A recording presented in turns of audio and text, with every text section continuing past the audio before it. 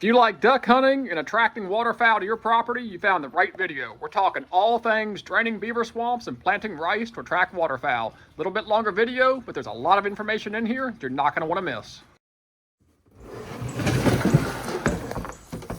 This time of year is probably tied with dove farming for me, and that's duck farming. We've got a bag of agricultural rice here. I did not pre-soak the rice this year. We're going to plant this swamp with just dry rice, broadcasted in the standing water, then take the water back off of it. We're digging out a beaver dam, and we're setting up a cage to help prevent the beaver from getting back in there as we pull that water off the rice slowly. Oh, that guy? Don't worry about that little guy. For some of you folks that have followed the channel for a couple of years, you know where we are, and this is not the first time this has been planted. This will be about the third time this swamp has been lowered and planted. Dig out the beaver pack, get the water moving, then I'm going to be watching out for the beaver. Got my gun to start taking out some of the beavers. I'm going to go up to this upper end and spread my rice seed in the standing water with hopes the water level comes off, exposes the seed, rice pops right up. And there's no shortcuts to this. This is just hot, hard work. We always seem to be doing this in June. It's just the time of year I like to get the water off and start planting for ducks. It's always hot and muggy. There's no way around it. Gonna get muddy, gonna get wet, but I love it.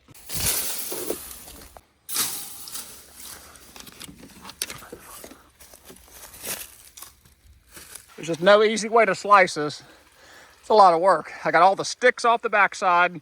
Now I'm starting to move the mud and get my fence pulled back out. Once I get this mud moving, which should be pretty easy, that water will help wash the rest of it out. And then hopefully once that water starts rushing and I get quiet, that beaver will pop out and I'll smoke it. These are highway sign U-groove posts, and I have a flashboard riser system here. I actually have flashboards down in here buried in the mud. You just can see one right here. So what I'm trying to do is get all this mud pack off down to those flashboard risers. That way I can start pulling this water off.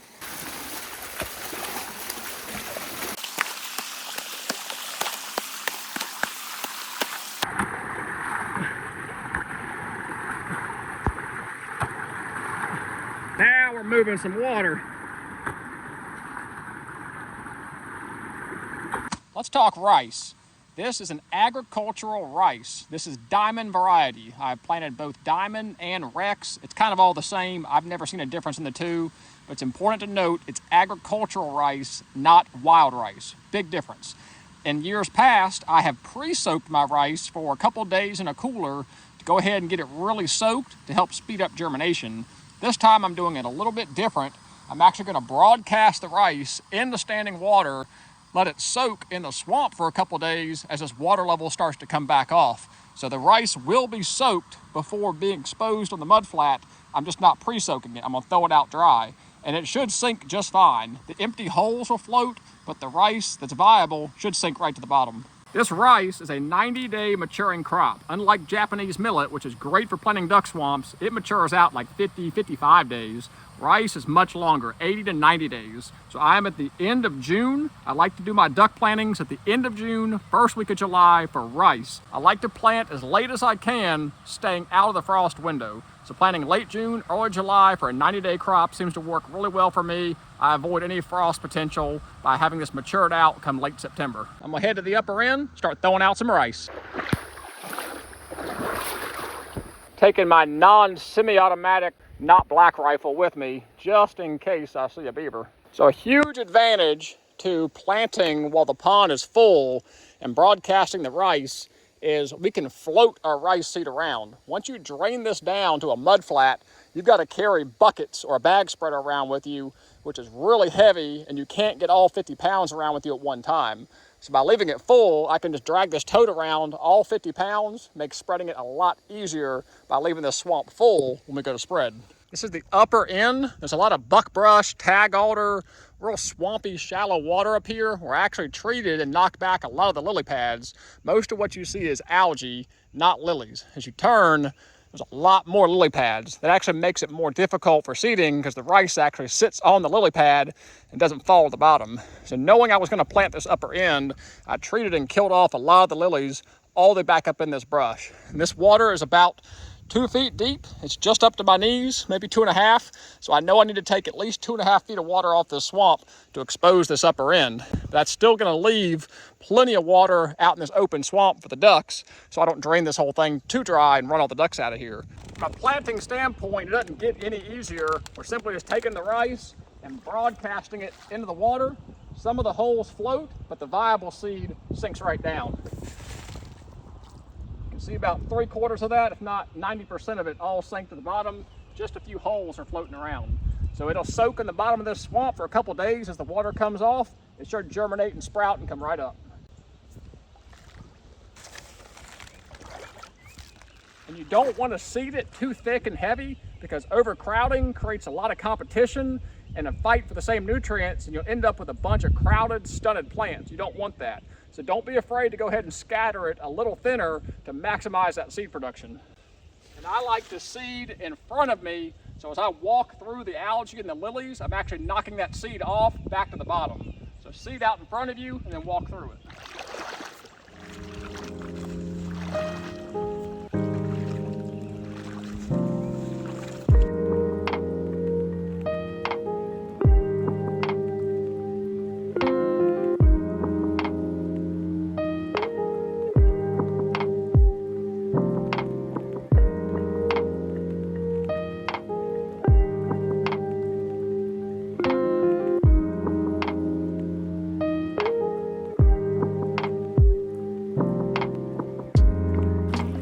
Nothing special about it. I'm just broadcasting it into standing water, letting it soak, and then taking the water back off of it.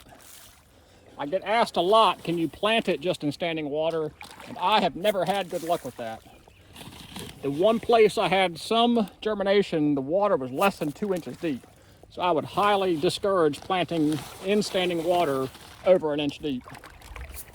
Any rice sitting on the algae should be perfectly fine, because that algae is going to sink with the water level dropping. That rice will be sitting right there in the algae on the mud flat, providing a nice nutrient-rich, moist seed bed. Should be perfectly fine. Getting all up in these nooks and crannies, even all down these logs, provides a real nice moist area for this rice to grow. We've got good coverage up here. I've got all up into the brush here. I'm gonna work my way back out and actually go down that left bank and burn up the rest of it. I did want to show you this real quick. All this detritus in here, that is actually the rice from last year. And in the other swamp, I actually found some seed that was still viable from a year ago June planting that survived the whole winter time. That's why I love the rice, because it is very, very hardy and it doesn't break down, decay nearly as quickly as Japanese millet does. And the other swamp actually found viable seed. So that's why I like rice more than millet. It just seems to hang around a lot longer.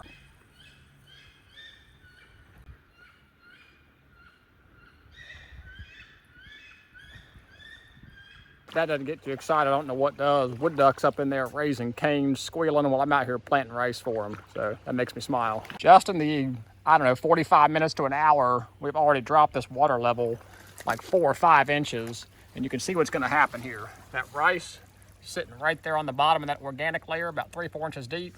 As this water starts to come off, that rice is gonna be sitting right there on a saturated, soaking wet, muddy organic layer. Should germinate, take right off. This is, I think, the 4th year I've planted rice for ducks. Prior to that, I only ever planted Japanese millet, which you cannot do this with that. Japanese millet, all of it's gonna float. It will not sink to the bottom. So you have to dewater a swamp completely before you plant Japanese millet, which is not the case for rice, which makes it really nice. It's very forgiving. You come in here and spread it and start dewatering the same day. By the time the water falls off, the rice will germinate and come right up.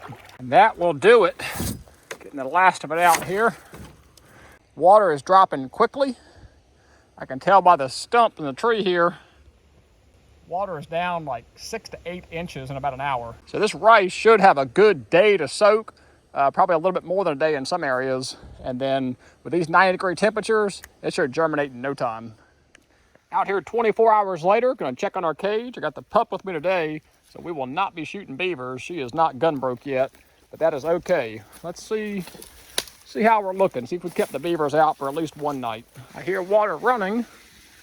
The answer is yes, no beaver activity. We've got about 6 more inches to go before we're fully drained. She insisted on getting in here, so So with the water level down 2 feet, I was able to get that last board out.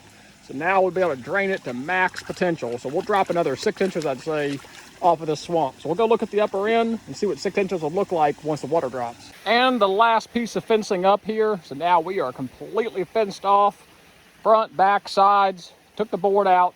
This should be done for a while, fingers crossed. Looks a lot different than 24 hours ago when this was all underwater. And we come down in here and we can see our rice sitting all down in here. Now, it would not have germinated yet. Well, I take that back. Look at that. That tiny little white tip germinating in less than 24 hours. So that rice sit there and soaked in that warm water for 24 hours. Water came off of it. We already got germination. That is really cool to see. That process works, and it was way easier than slogging through the mud and trying to spread it. And I'm really liking my spacing here. Here's more germination. That is just too cool. In 24 hours, that rice germinated. So I think we're gonna have some pretty good coverage all the way up this bank, all up in the upper end. Let's go take a look at it. It's pretty cool. It's almost like the water pressure sucked it down into the mud because the rice is actually imprinted into the mud in certain areas. So that would be another benefit to seeding it while the water is still sitting on it, is that water pressure sucks it down in there. And I can still see some rice scattered out here. So we're gonna take a little bit more water off here, and that rice should start germinating here pretty soon too. I think we got our elevations and our seeding just about perfect. And now we're at the business end. And we have got exposed mud flat in this entire upper end, and about 1 to 2 inches of water where she's standing. So everything we seeded out here is gonna be perfect when we drop about 6 more inches off. So this is just a dynamite situation. And this rice has fallen down into these cracks and crevices here, which is gonna provide even more of a mulch and nutrient cover for it. So I am pretty excited for what we may end up with here. That rice has been sucked down there into the mud. So that is pretty cool. It does not do that when we topsoil it. Certainly don't want to call my shot too early, but I do think we're going to have us a rice hole here. These conditions are just perfect. The rice soaked, we've got germination, the water level looks good, weather's good. I think we're going to have us a duck hole. Well, that's it. I'm hot and tired of talking. So I hope you all enjoyed this one. This is a lot of fun to me, as hot and tiring as it is, but it is certainly worth it. That first time you see about 40 wood ducks come bobbing into a hole, it was all worth it. Put the work in June, July, pay off big time come October, November. Chop this video up a little bit. I pulled out all the beaver hunting and beaver activities. So that'll be a second video along with an update for the other swamp we'll be planting, giving you a preview into that. So be looking for a second video to drop. It's gonna be pretty cool.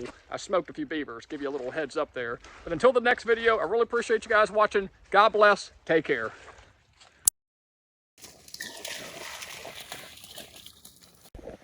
I was wondering when she was gonna go for a swim. Atta girl.